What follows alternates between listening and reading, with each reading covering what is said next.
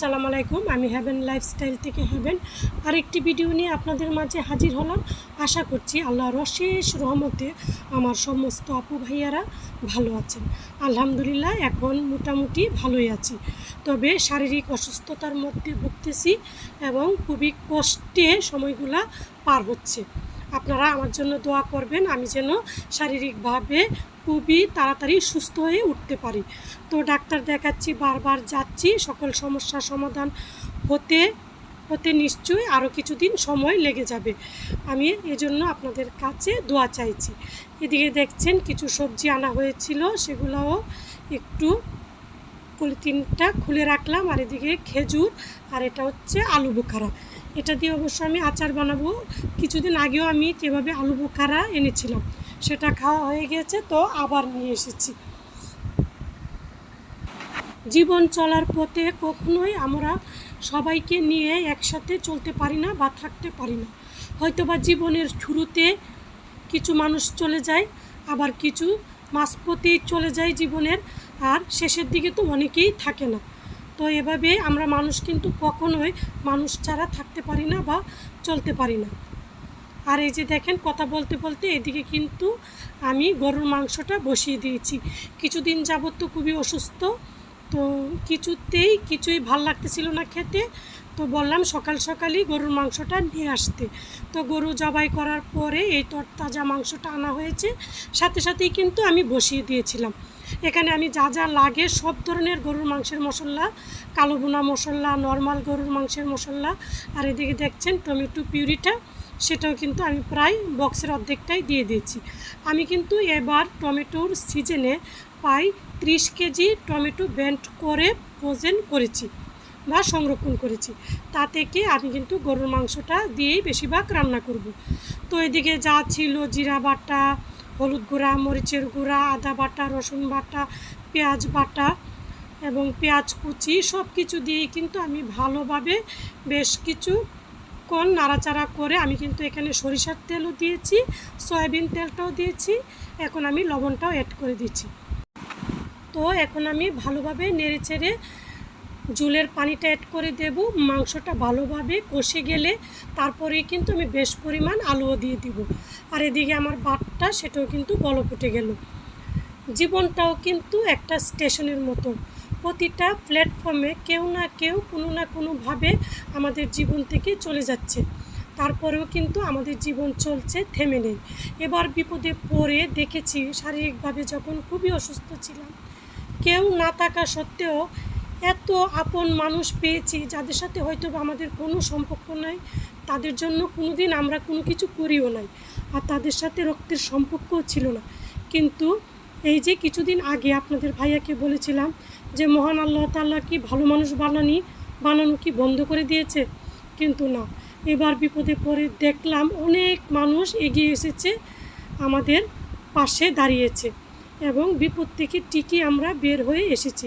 যেহেতু আপনজন কাছের মানুষ কেউ ঢাকাতে নাই, সবাই দেশের বাড়িতে বা অনেকেই অনেক জায়গায় আছে। তো ঠিকভাবে তো আপন মানুষ আসা, সেই পর্যন্ত অপেক্ষা করা বা থাকা তো সম্ভব না, যেহেতু অসুস্থতা খুবই খারাপ অবস্থায় ছিল শরীরটা। তো এই সময় যে মানুষগুলোর সাহায্য সহযোগিতা পেয়েছি তাদেরকে জানাই অসংখ্য অসংখ্য ধন্যবাদ। আপনার আশেপাশে টক্সিক মানুষের কোনোই অভাব নাই, তারা কিন্তু খুবই বিরক্তিকর এবং বিষধর সাপের চাইতেও ভয়ঙ্কর। তাদের কথা, আচার আচরণ, চাল চলনে আপনারা কিন্তু বুঝতেই পারেন কারা ওই মানুষগুলা।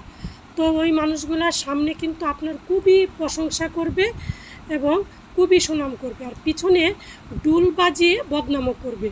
আর ওই সব মানুষগুলা খুবই ভয়ঙ্কর হয়, সাপের বিষের চাইতেও ভয়ঙ্কর বিষ চড়ায়।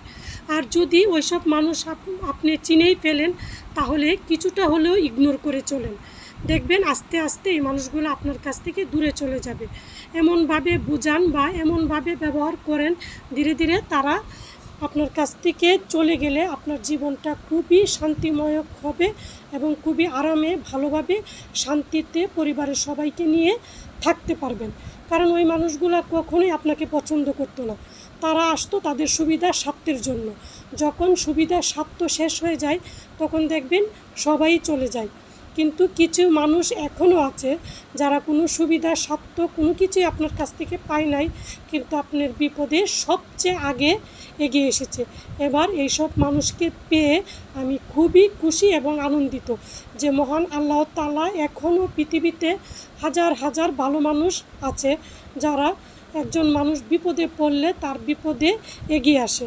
আমি যখন হাসপাতালে ছিলাম, খুবই খারাপ অবস্থায় ছিলাম, ওই সময় একজন মহিলা, যাকে তো আমি চিনিই না, কোনো দিন দেখিও নাই, তার সাথে আমার কোনোই সম্পর্ক নাই, উনি এসে যখন আমাকে সহানুভূতি দিচ্ছিলেন, আমার শরীরে হাত দিয়ে বলছিলেন যে মা, কোনো সমস্যা নাই, সুস্থ হয়ে যাবা, কোনো চিন্তা করে না, এরকম হতেই পারে, আল্লাহ তোমার জন্য আরও ভালো কিছু রেখেছে। একজন ডক্টরও আমাকে এটা বলেছিল, আমার দূর সম্পর্কের আত্মীয়ও বলেছিল, এবং কিছু মানুষের প্রচণ্ড পরিমাণ হেল্প পেয়েছিলাম। তো মহান আল্লাহ তাআলাকে অনেক অনেক ধন্যবাদ। এরকম একটা বিপদ থেকে খুব সুন্দরভাবে আমরা বের হয়ে এসেছি। যাও একটু সমস্যা আছে, সেটা কিছুদিনের মধ্যে হয়তো বা আল্লাহর অশেষ রহমত থাকলে টেস্ট করে ভালো রেজাল্ট পেয়েও যেতে পারি, আলহামদুলিল্লাহ। তো কথা বলতে বলতে কিন্তু আমি অনেকগুলা কাজই করে নিয়েছি। মাসিক বাজারটা গুছিয়ে নিয়েছি, যেহেতু অসুস্থ ছিলাম, বাজার আনতেও একটু দেরি হয়েছে। আর এদিকে দেখেন যে জারগুলা খালি হয়েছিল সেগুলোও কিন্তু আমি রিফিল করে নিচ্ছি। এদিকে প্রায় 1 কেজির মতো আনা হয়েছিল এই যে নিমকিগুলা, সেটাও শেষ। আর এখানে আপনাদের ভাইয়া ছোট একটা নিমকির প্যাকেট এনেছিল, সেটাও ঝাড়ে রেখে দিয়েছি। আর এই যে জারগুলা, এগুলো আমি কাচের করতে চাচ্ছি, যেহেতু বিস্কিটগুলো অনেকই বড় হয়, টোস্ট বিস্কিটগুলো, সেজন্য আমাকে একটা বড় কাচের ঝাড় সংরক্ষণ করতে হবে। সেটাও আমি খুঁজে নিশ্চয়ই মার্কেট থেকে বের করে আনবো।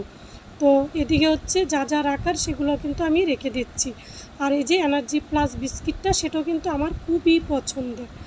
আর এদিকে যে গুঁড়া দুধটা, সেটাও রেখে দিচ্ছি। আর এই যে দেখেন এই যে বিস্কিটটা, এটা রাখতে কিন্তু বেশ বড় একটা জার প্রয়োজন। আর এত বড় কাচের জার পাবো কি না সেটাও জানি না, কিন্তু খুঁজে আনার চেষ্টা করব। তো এদিকে এইগুলো রাখছি, ধীরে ধীরে আপনাদের সাথে কিছু কথাও শেয়ার করলাম। প্রায় 1-2 মাস যাবতই কিন্তু আমি অসুস্থ। কারো প্রতি বেশি বিশ্বাস, কাউকে কখনো বেশি বিশ্বাস করবেন না, কারো প্রতি বেশি আস্থাও রাখবেন না, আশাও রাখবেন না। কারো প্রতি বিশ্বাস, ভরসা, আশা বেশি রাখলে সে মানুষটার কাছ থেকেই কিন্তু আপনি সবচেয়ে বেশি কষ্ট পাবেন। আর আপনার পরিবারের সমস্যা, ঝামেলা বা যে কোনো ঘটনা বা কথাবার্তা কখনোই বাহিরের কারো সাথে আলোচনা করবেন না, তাহলে এই মানুষগুলা কিন্তু আরও সুযোগ পায় আপনার পারিবারিক বিষয় নিয়ে বাহিরে আলোচনা করার। আর আমার মনে হয় এই টক্সিক মানুষগুলা সবসময় আমাদের পেছনে থাকে এবং আমাদের মাঝেই থাকে, এবং তারা কিন্তু সবসময় খুঁজে যে আমরা কোনো সমস্যায় পড়ি কিনা, ঝামেলায় পড়ি কিনা বা বিপদে পড়ি কিনা, তখন হাসার জন্য বা মজা করার জন্য। আবার অনেকে হয় কি যে আমি খুব আরামে আছি, খুশিতে আছি, ভালো খাচ্ছি, ভালো পড়ছি বা ভালো ফার্নিচার কিনছি বা ভালোভাবে সাজিয়ে গুজিয়ে চলছি, সেটাও কিন্তু পছন্দ করে না। সামনে হয়তো বা খুবই মজার কথা বলবে, প্রশংসা করবে, কিন্তু পিছন দিক দিয়ে তারা কিন্তু ছড়ি বসিয়ে দেয় পিঠে। আর এইসব মানুষগুলা খুবই ভয়ঙ্কর হয়, এবং এত বছরে বুঝতে পেরেছি এই ভয়ঙ্কর মানুষগুলা সবসময় আমাদের আশেপাশেই থাকে।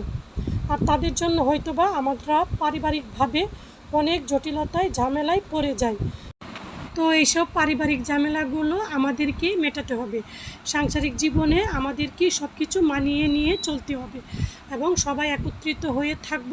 মানুষের কথায় নিজেদের মধ্যে ঝামেলা করব না বা ঝামেলা বাঁধাবো না, নিজেদের মধ্যে সব কিছু মীমাংসা করে সুখ শান্তিতে আরামে পরিবারের সবাইকে নিয়ে থাকব। তো এদিকে দেখেন আমি কিন্তু কালো বোনার মশলাটাও রিফিল করে নিয়েছি। আমি কিন্তু গরুর মাংসের মধ্যে কালো বোনার মশলাটাই দিয়ে থাকি, তার সাথে গরুর নর্মাল যে মাংসের মশলাটা সেটাও কিন্তু আমি রাখি। তো এক এক করে বাসার সব কিছু কাজই কিন্তু আমি করেছি। আজকে কিন্তু বলতে পারেন পুরো একটা এলোমেলো ভিডিও। তো মনের কিছু কথা বা কষ্ট আপনাদের সাথে শেয়ার করব, সেজন্য কিন্তু আমি ভিডিও রিলেটিভ কোনো কথাই তেমনভাবে বলতে পারিনি, শুধু মনে যা ছিল সেগুলো আপনাদের সাথে শেয়ার করেছি একটু হালকা হওয়ার জন্য। তো এইদিকে সব কিছু রিফিল করে কিন্তু আমি মুছামাছি করে টেবিলটা সব কিছু কিচেনে সুন্দরভাবে গুছিয়ে রাখবো। তো তার সাথে কিন্তু আমি ওয়াশিং মেশিনে একের পর এক কাপড় দিয়ে যাচ্ছি। এর ভিতরে আমি 3 বার ওয়াশিং মেশিনে কাপড় দিয়ে ওয়াশ করে নিয়েছি। তো টেবিলটাও মুছে নিচ্ছি। আর এদিকে কিন্তু 2 কেজি আদাও আনা হয়েছে।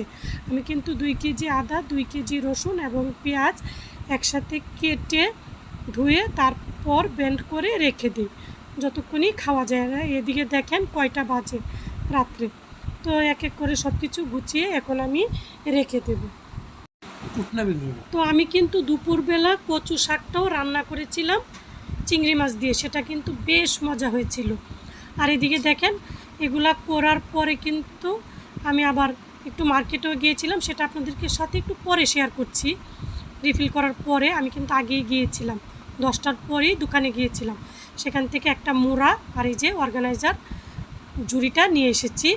তো মুড়াটা গোসলখানার জন্য নিয়ে এসেছি।